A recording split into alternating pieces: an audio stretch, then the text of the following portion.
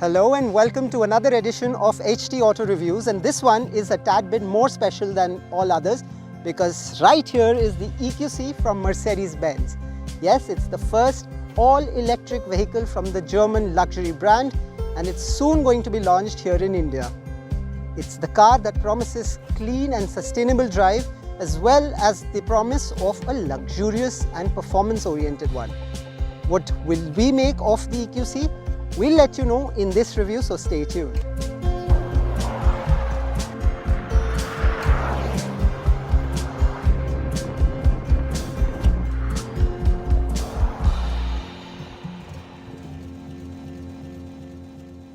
The EQC will be the first luxury all-electric vehicle in India, a market that has seen a few car makers come out with such products in recent times.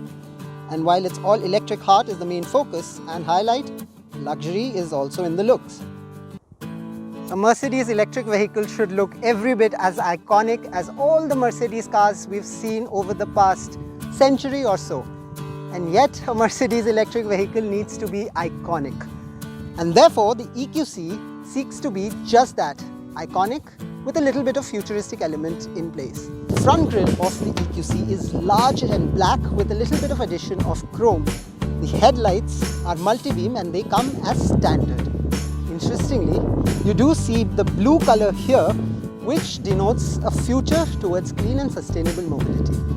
Yes, green is the color of electric vehicles, but Mercedes focuses on the blue element to underline the clean and sustainable energy of the EQC. Over at the side, the alloys are 20-inch and continue to play with that blue color. And for most parts, they look quite decent and elegant. It's not athletic, as I said, but neither is any visual element on the vehicle. The windows of the EQC are large, but we'll get into the interior in just a bit. But from the outside, the windows seem quite big to let the elements play inside this electric vehicle. The roof swoops down towards the C-pillar, giving it a coupe-ish profile, and for most parts, it really does give the car a very sporty appeal. Dimensionally, it's not as big as some of its other SUV cousins from Mercedes-Benz, but the EQC is not even trying to go down that path. Instead, it definitely has the SUV proportions, but with a touch of elegance. Once we do come to the rear of the EQC, it's the same philosophy of keeping things simple and elegant. There is an interplay of 3 light structure elements. So you get lights on 1, 2 and the strip right in the middle. But as you see it now, it just seems like it's one seamless strip of lights. The overall emphasis is definitely on keeping things very simple and yet elegant. The Mercedes logo right here also acts like the button to open the boot. But there's 500 liters of space inside, but we'll speak about the interiors, the space, the comfort in just a bit.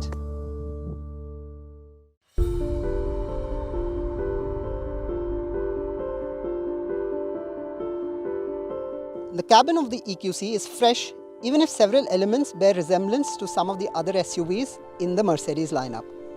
The infotainment screen, the trackpad to control it, the metal switches for the center console, all of these do bear a resemblance to products already in the Mercedes garage.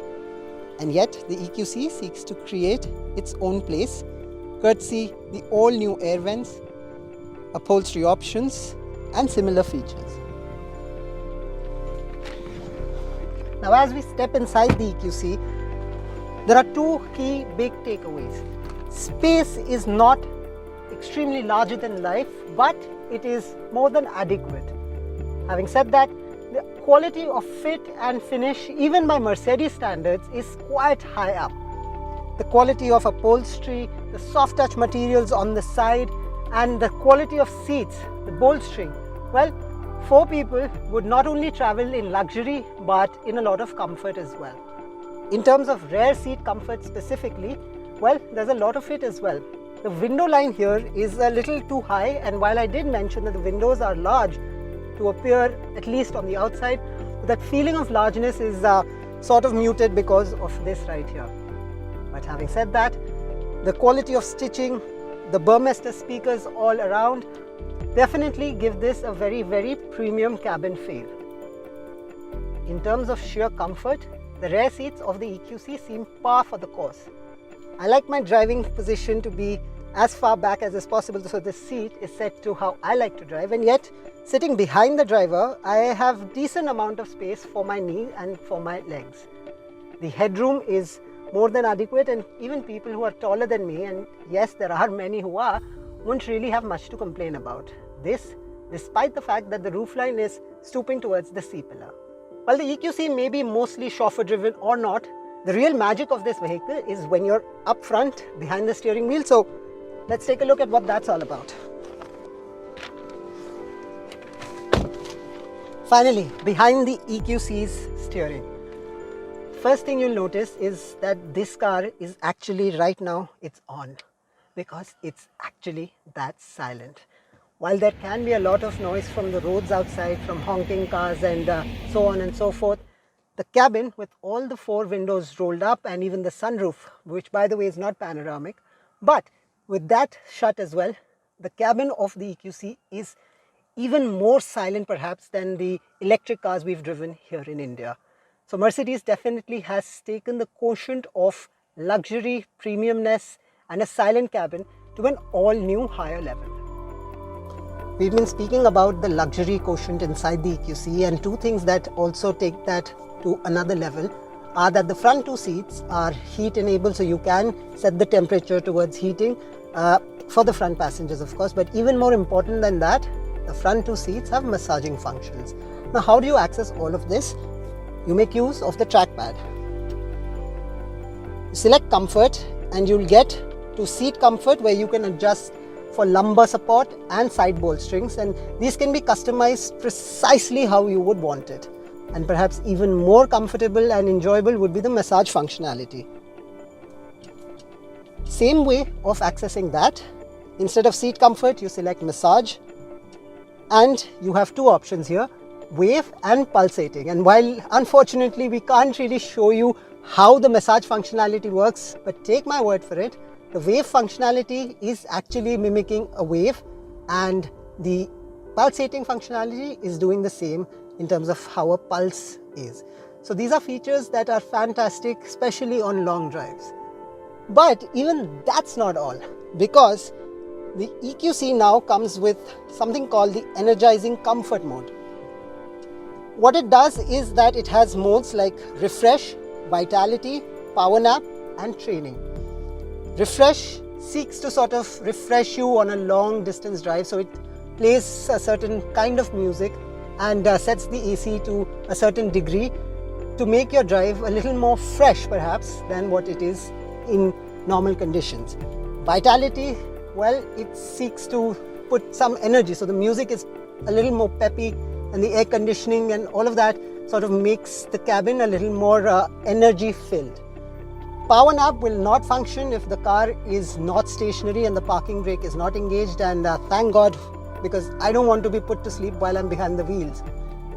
Training is very, very interesting. In fact, perhaps the most interesting of everything, because now you have a training where a voice guidance will take you through muscle stimulation, balance, muscle relax, and an air freshener, which is again to accentuate the feel. So what do I mean by all of this?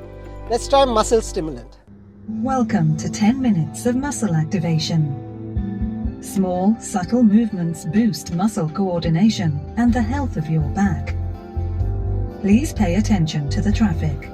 Interrupt the exercise as soon as the traffic situation requires. Carrying out the training exercises lies within your responsibility. So while the muscle stimulation and the balance and all of these are sort of exercises that you're being taken through in terms of the audio, these are certain features that sort of make you more connected to the vehicle, more connected to your drive. Whether it's a gimmick, whether it's not a gimmick, well, we are still very glad that it's there regardless of what you make of it.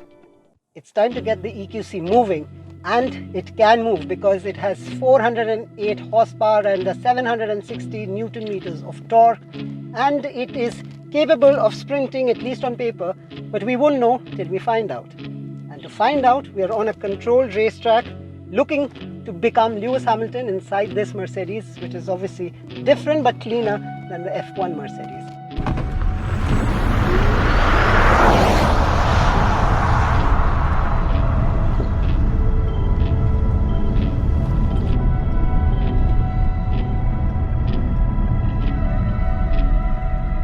Mercedes EQC is powered by 2 electric batteries. These have a capacity of 80 kWh, and the car is on the heavier side. It's almost 2.5 tons is what we've been told. But when you are doing those sort of sprints that we just did, it doesn't feel like it is a slogger. It is also very precise when it's taking turns, so the steering is nicely weighted. It's got enough feedback to keep you interested in high speed conditions, and you won't really be in trouble at any point in time for the lack of control. The real strength of an electric vehicle is, however, not in how it sprints, but how long can it last. So it's not in it for those 0 to 100 kmph sprint units, but in fact it's for the marathon.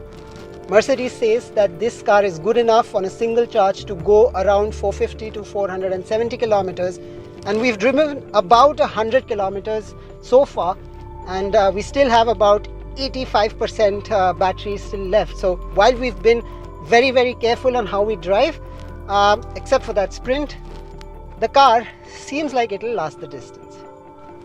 What helps the EQC's battery to sort of gain power is the regenerative braking, and that comes in 4 different modes.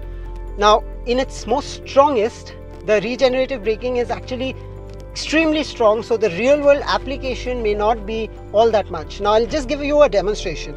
I'll pick up pace and then I'll let go of the accelerator. The braking is going to be very strong. So,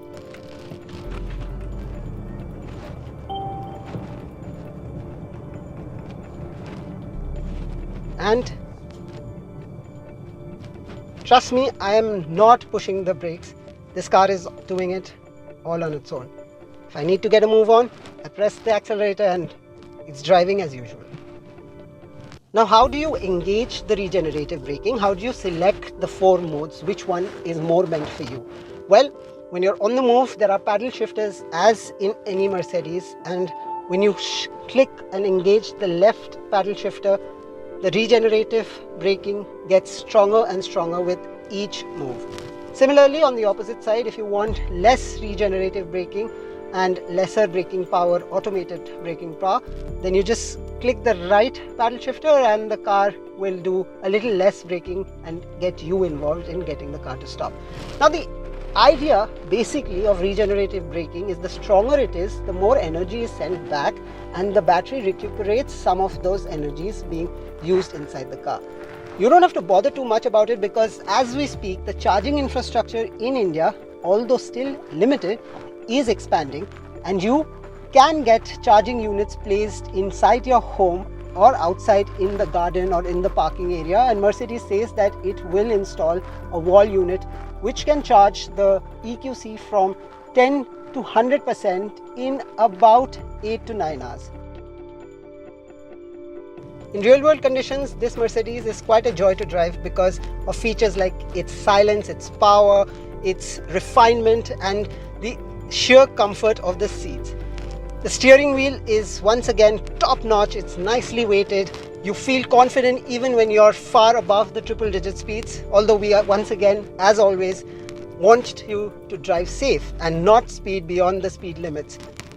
But the EQC will respond to every driving condition, and Mercedes says the battery and the vehicle itself has been tested in temperatures ranging from -35 to 50 degrees Celsius. That said, we did experience some problem with the underbelly of the Mercedes. So the ground clearance of the EQC is not too much, and the floor bed is what holds the battery.